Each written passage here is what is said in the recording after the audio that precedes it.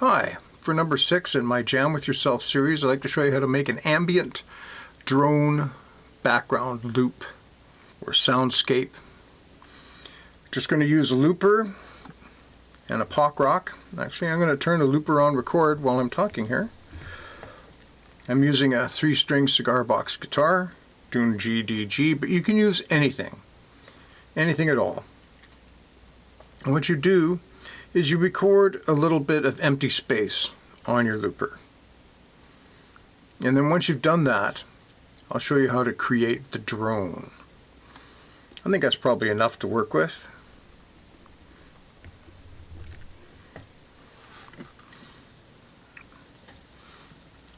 So it's playing now, and of course we don't hear anything.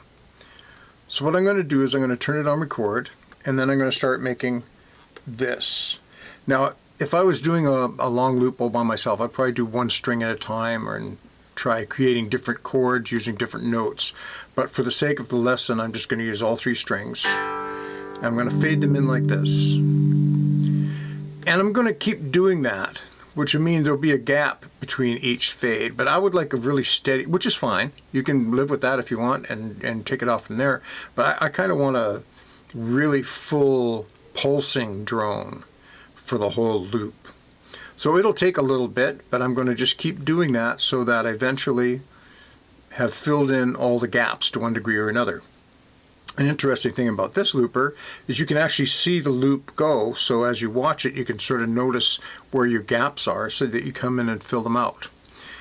And I'll be doing a fade in and fade out because this can be a little bit of a, long, take a couple minutes, and I don't want to bore everybody to death or anything. See, you can see the loop is playing now. Now it's going to start again, right? So now I'm putting it on record. And once you put it on record, it doesn't matter where you start.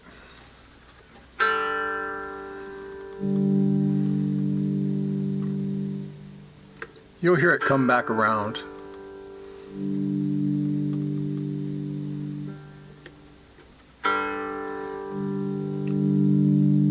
I'm just playing through my computer speakers.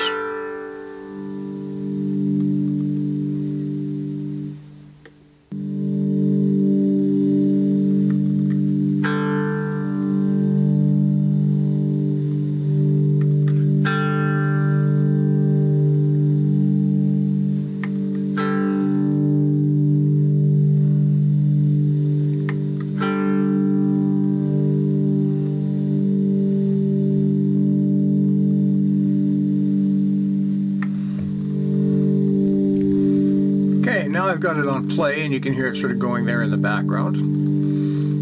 So now what I want to do is I want to start adding stuff to it. One thing I like to do is find like a percussive sound. Have a little adapter jack here, a little metal on it. It's a good time to maybe turn up the echo a bit.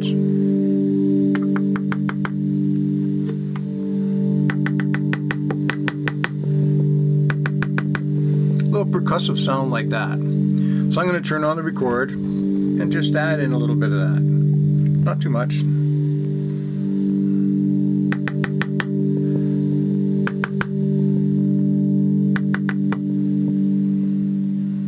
Okay, just something like that. The other thing that's nice to do is to find a nice sound and maybe just add in a odd note.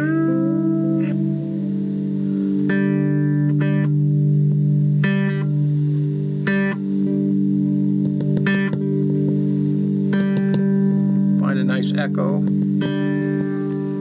So I'll put this on record again.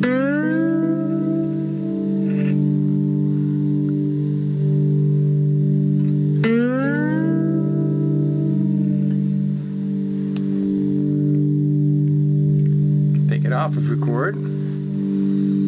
Let's see, what's another sound we can use there? See, there's that little tickety-tickety thing.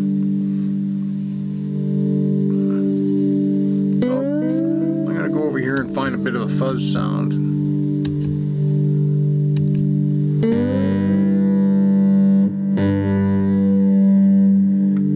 Okay, that's a little loud and overwhelming, but turn it down here a little bit.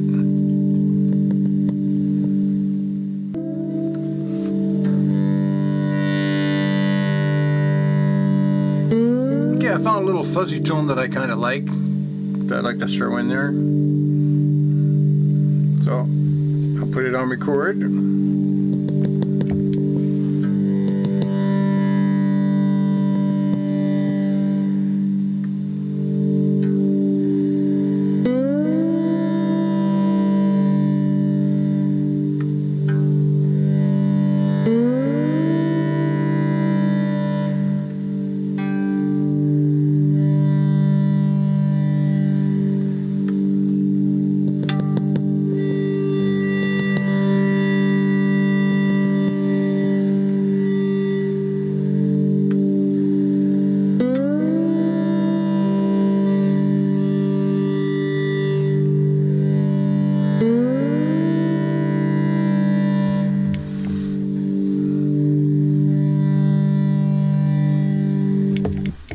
So anyway, as you see, you can go on for a long time.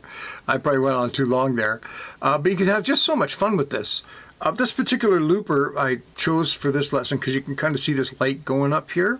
And so you can really see what I'm doing. It doesn't have a USB though, so you can't just transfer it onto your computer. So if you create, this is like your multi-track recording studio here. So if you create a loop that you like, then what you can do is just record it to your hard drive. I think most computers have, and phones have, some kind of basic recording program, because you only need the 2 tracks. Or if you need to loop it, then you can get something. I think Audacity would let you loop it, which is a free program for 2-track recording and stuff like that. There's lots of free programs out there, and you can make your own ambient soundtracks that way. I'm just going to let our ambient loop here that I created play, and I hope you have a lot of fun with that. I'm going to start with the volume off though, and fade it in. This is something you might want to do because otherwise it'll start with a bit of a jolt, right? So I'll start the playback and then fade it in.